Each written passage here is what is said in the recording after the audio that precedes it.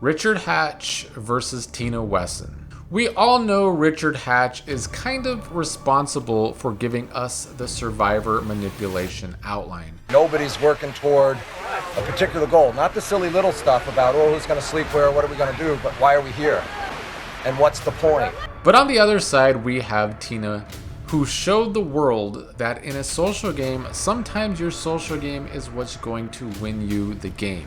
There are some things that I did as a tribe member that I felt like were extremely giving, such as giving Keith the immunity challenge.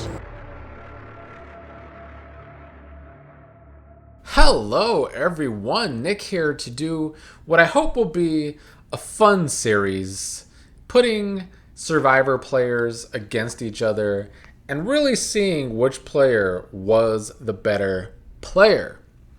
I'm going to take Survivor winners, Survivor players, put them against each other to really see, with scores and everything, and see who I think really played the superior game.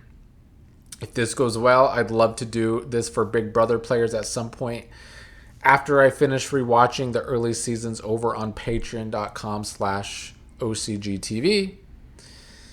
Now, there are many different ways to win a competition game. So I had to come up with the 10 most important categories that I think make a great player. And I'm going to give the players a score in those categories out of 10, with 10 being the highest they can score in any category, and then add them up and see what the player gets out of 100. Since this is my first video doing this, let's talk about the 10 categories first. Now, these are social games, so of course, social games need to be a part of the categories, but I have two different social game categories that I will be rating players in. One is pure social game. This is how well the players naturally gel with other players.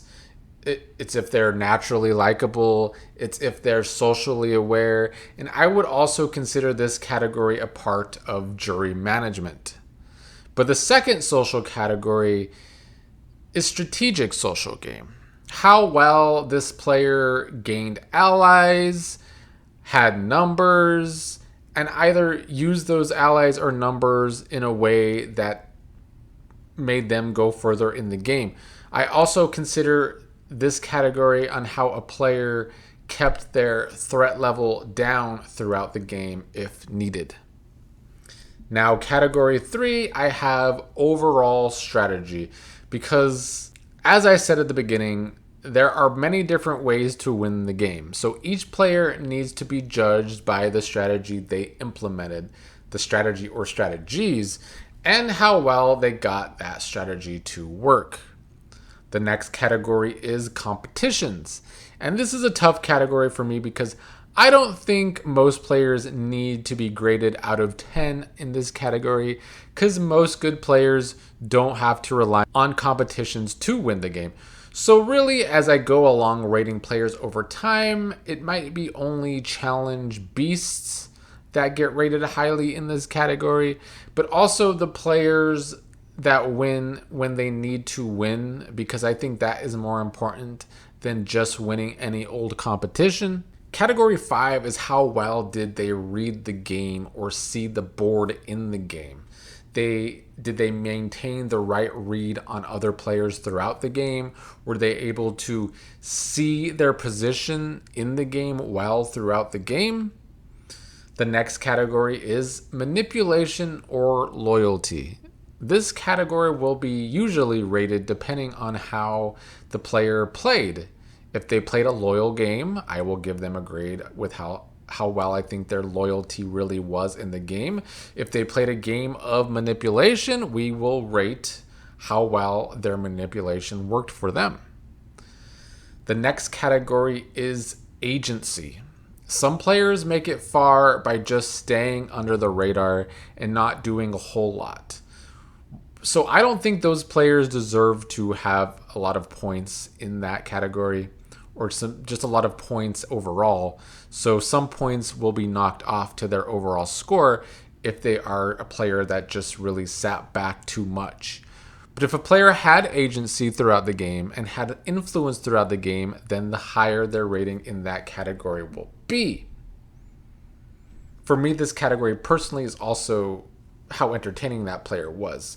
Some players that don't have agency, that just sit back and do nothing but still make it far, they're not entertaining either. And in the end, this is a TV show, but also it's a lack of agency in a game. And I do think those players need to have some points cut off of their overall score. The next category is fluid gameplay. Are they adaptable? In the early seasons that we're going to start with, early season players didn't really have to be too fluid because of pagonging and all of that, when one tribe just had more numbers at the merge. But I will be rating how well the players did adapt during the game when they had to, or if they had to. The next category is active gameplay. Once again, this will not be good for the players that were too under the radar, that made it far, that didn't really seem to do a whole lot to get there, that just kind of sat back a lot. They probably won't get a good score here, but if you were a very active player, then this category will be good for those players. As long as those players weren't overplaying. I will knock some points off for overplaying in this active gameplay category. And lastly, we have resume, the moves you made to show your game at the end. If you made the end, eventually we're going to rank some players that didn't win. Because once we get to seasons where the gameplay became far more strategic, we are going to judge those players by where they were in the games when they were eliminated and what their resumes looked like at that point. All right. So our first matchup is the first two Survivor winners, Richard Hatch versus Tina Wesson. And this might be a far closer matchup than it looks like on paper, because we all know Richard Hatch is kind of responsible for giving us the Survivor manipulation outline. Richard kind of got those strategic components of the game going before most even knew what the game was going to be. Maybe even the producers, and certainly before Jeff Probst knew what the game was. But on the other side, we have Tina, who showed the world that in a social game, sometimes your social game is what's going to win you the game. And she really showed us how important a social game is to a social game. So I am doing this as I go. I don't know which player is going to win. I'm going to be giving them a rating in each category as we go along here. So I hope it's fun, and we will see which original Survivor winner wins this best of competition. The first man or the first woman, who actually was the best. So we will start with the first category, which is pure social game. Richard Hatch's social game at a pure level is actually underrated. It's crazy because at the time, Richard was seen as this big bad villain because of the way he played the game. But I've got the $1 million check written already. I mean, I'm the winner. And it's that kind of cocky attitude that makes people really hate your guts. So that's the kind of thing I've really got to keep under wraps. But if you really go and look at his game, on a social level, he never truly betrayed anyone. He was pretty straight up about his moves. And so while he wasn't necessarily the most naturally likable person, and yes, at times he would do things that seemed to be annoying and want to annoy others, things like walking around naked, he still was overall liked and respected by the end, but I still don't think he had a top tier pure social game. But it is better than one would think, so I'm going to give him a 5, only because of the irritating aspect of his social game at times, the nudity just to rub people the wrong way on purpose, and his tribe did not like him at the beginning of the game. He was definitely cocky at times, and I do think that hurt him socially. So while his social game did develop, His pure social game, it was there somewhere in the middle for me. But when people think of Tina's game, they think of her social game. I looked over at Keith, and Keith said, Tina, I need this one. In his heart, he must have really thought that he was going to get the votes cast against him. Tina's getting down. She was able to look very innocent as the mother. She was very likable to people. People trusted her and wanted to work with her. I think Tina is a very good example of having a good, pure social game where you're easily able to make relationships in the game. Tina's social connections and being able to, throughout the game, change who she might actually want to work with was actually a very huge part of her winning the game. I would give her social game, her pure social game, as high as a 9. And honestly, I might be shorting her of a perfect 10 there. Now, if we're going to flip it and talk about strategic social game, while Richard Hatch certainly did not invent alliances per se, he says he did. But the women on his tribe were the first to at least be shown in an edit trying to make an alliance. And then over on Pagong, they were trying to have alliances of their own. So I don't think making alliances wasn't ever going to happen. I think people were trying outside of Richard to make alliances. But Richard was the one to successfully convince others that an alliance was the way to get to the end. What Richard did best with these alliances is also think about the importance of jury. While Richard knew he needed numbers, he also saw that they were not just numbers in the game, but on the jury too.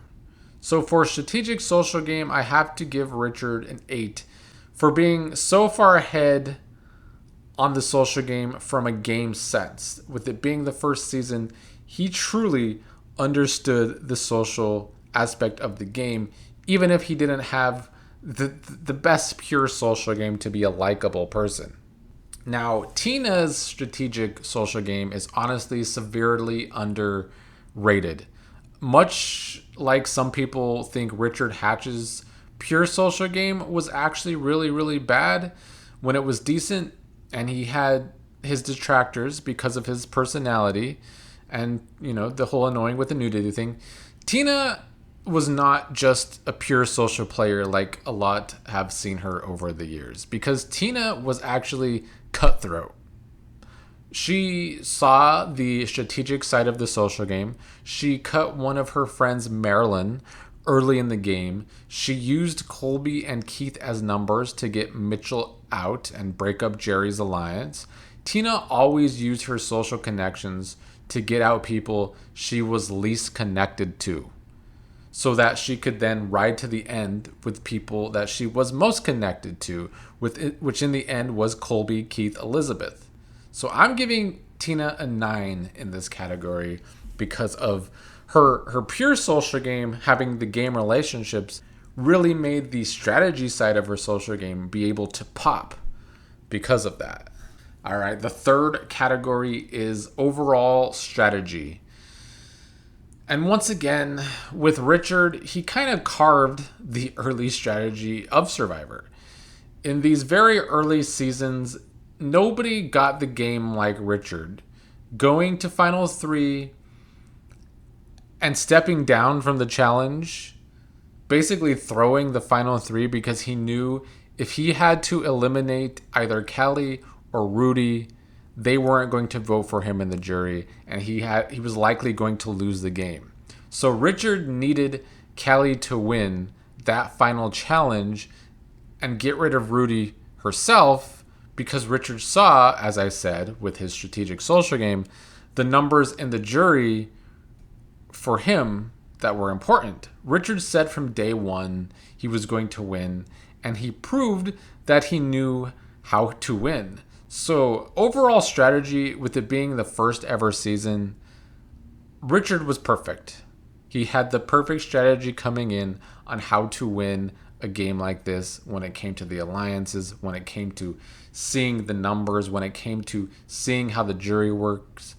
A 10 for Richard for me here. But like I said earlier, Tina also always did what she had to do socially to get out the players she was least connected to. I think she did very well with that strategy.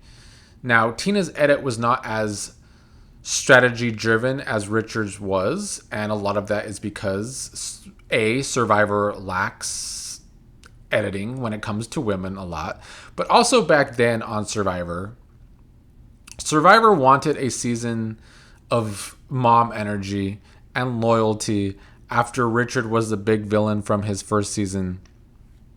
And the show didn't want to show Tina as overly cutthroat, even though she was. But I think that was also a part of Tina's strategy. I think Tina wanted to be perceived as more innocent than she actually was. But I don't think we saw Tina's strategy as well laid out and as well plotted as Richard's. But she was good at her social strategy to stick with the players she was closest to and got Colby to do what needed to be done at times when she needed Colby to do things. So I give her a 7 here. Next category is the competitions, and neither of these two were even close to being competition beasts. Tina won 0 individual immunities, which on a season with Colby was going to be hard to win anyway. Richard won 1, and against some good physical players, so both will score low here for me, but Richard has to be a little higher by technicality, so I'm going to give Richard a 3, Tina a 2. All right, next category to talk about is their read on the game. And I think both players had excellent reads on the game. As I've established, Richard's read on the game for it being the first season is very impressive. Seeing alliance members for numbers both in the game and on the jury was huge. But going back to the final 3 and knowing he couldn't win it to win the game overall and throwing it so Callie has to be the one to cut Rudy is an insane, risky read that might not work in modern Survivor, but certainly worked back then. And nobody else would have even thought about doing that back then. So I honestly have to give Richard a 10 here. His read on the game about what he needed to do to win the game, seeing the jury and the way the jury was going to vote, it's a 10. But Tina's read on the game, like I've said, is underrated. She always was aware of her position. And when needing someone to cut who she wasn't well connected to, she would convince others to cut said person. I can't give her as high of a grade as Richard's because she got to see the first season. But Richard was going in blind here. So I have to give Richard the 10, but I'm going to give Tina a 9. Very close. She also had great read on the game. She saw the board the way it was really going for her. The next category is manipulation or loyalty. This is an odd category for both of these players. Richard was crowned King Villain by America when Season 1 aired, but Callie was the real villain in the way she played. She was the one who would lie to people about who she was working with and the way she was voting, and Richard was the one that was actually straight up. Now, that doesn't mean Richard wasn't manipulative, but he was more loyal than others on his season, like Callie, and frankly, some of the jury did see it that way. They saw it that way for a reason. I mean, Sue's speech pretty much sealed that deal. So Richard was good at manipulating people at the right time while also being loyal and straight up at the right time. So I'll give him an 8 for this category. He used both tactics at the right times. Tina, to me, was more loyal than manipulative. Yeah, she was a cutthroat player about having to vote some people out when the going got hard. But there wasn't a ton of lies and manipulation to get there. Tina falls into the loyal category for me. She was loyal to people she felt were most loyal to her. I do think Tina is lucky that Marilyn was someone she had to vote out early in the season, because if she had to vote out Marilyn at the jury phase, I think she probably loses a vote there and perhaps loses a close vote against Colby in the end instead of winning a close vote against him. But I'm going to give Tina an 8 in this category as well, I think. Agency is the next category. Honestly, this is the category to me that proves that both of these players were great winners and why the results of this matchup will probably be close. Both Tina and Richard had a lot of control in their games. Richard's agency came in most at the merge when he was always looking to get out of the players growing to become threats to win. He said it himself at one point on the Gretchen vote, saying Gretchen had to go because she was bright and was strong and she was a threat. Tina is someone who may not get credit in the edit at times, which is trying to keep her from looking as snaky as Richard. But Tina's agency is seen so hard by the end game. She was a part of moves all season that got her to the end, with two people that would have taken her to the end. Both Keith and Colby, had they won final immunity, would have taken Tina to the end, which makes me grade Tina a notch higher than Richard here. While Richard knew he couldn't cut Callie or Rudy and made the bold, great move to throw final three, he still technically left it up to chance. And had Rudy have somehow won and cut him in the end, it would have been a risk that we would have looked back on to be dumb. So in the end game, Tina still had more agency than Richard, despite neither of them winning the final three immunity challenge. So I think I'm going to give Richard an 8, but Tina a 9. Fluid gameplay is the next category, and frankly, it's another category I am giving Tina the slight edge.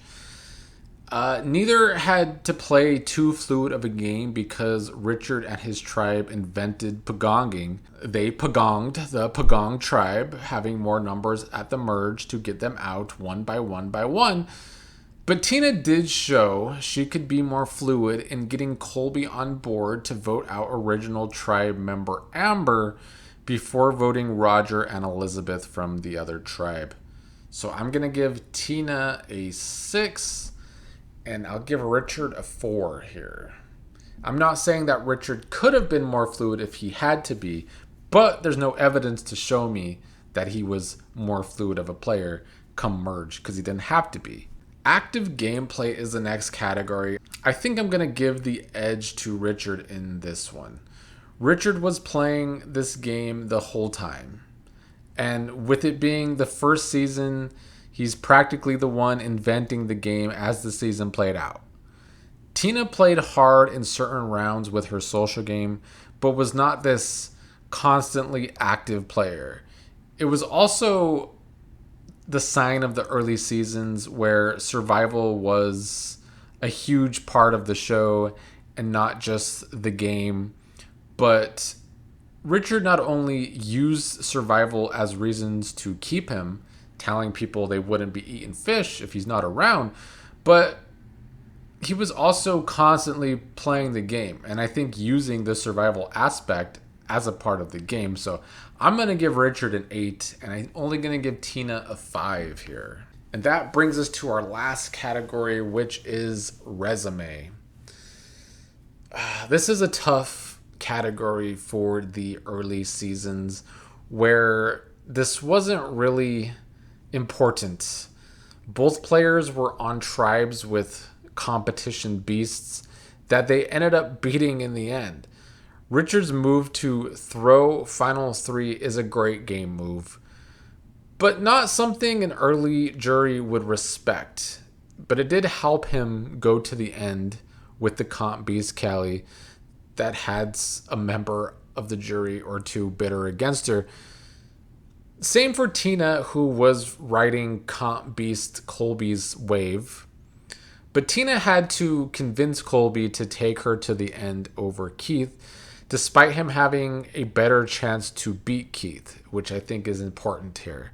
Tina had an image using her social game to seem like a deserving winner who played with respect and convinced Colby that one of them deserved to win. And this is ironically playing off of Richard's win the season before, where America felt like he cheated to win because he had these big alliances. On the other hand, though, Richard being the first person to push a strong alliance to the end deserves credit. I honestly think that Tina has the slightly more impressive resume when you really look at both of their games. Tina getting Mitchell out early to weaken Jerry was huge in the end. And then it wasn't a total pagonging at the jury phase because they then voted out Jerry and Amber before other members of the other tribe. So to me, because of those, there's just a little more oomph to Tina's resume. So I think I'm going to give Tina a 7 and Richard a 5. So I'm going to go ahead and add up these categories. We have some very interesting results here. It is Richard Hatch with 69 and Tina Wesson with 71. So a very close matchup here, and it deserved to be close. But Tina gets the win as the better game between these two. So I feel like it's probably a controversial start to this series. And it's probably controversial because Richard is honestly an iconic first winner. And he literally created a lot of the game that came before him. But I will say, however, as impressive as that is, you can also say it's an easier game to be the first season, to play with players that not everyone knew what they were getting themselves into. Not everyone was thinking like Richard. Not everyone had seen the strategies play out yet. In season 2, they saw the game and they already knew some of the possible strategies. And Tina won by being cutthroat too, though. This is the thing and why I am kind of happy with these results. I'm glad it was close. I didn't know who was going to win, honestly. I was just grading this as I went along. Tina won being cutthroat like Richard, but with a better social game. And like most times, that edges people out. And I preach a lot of social game here on the channel, and it is why I have 2 categories of social game on my list here of categories. So I'm happy with this result, and we will see how Tina does moving forward, going up against others. Thank you for joining me. Hope you enjoyed. You can disagree in the comments, but I want to hear your thoughts too on Tina's game versus Richard's game. 2 different games, but also similar. And because of that, I think Tina's social game, while also being cutthroat, is actually a more impressive game.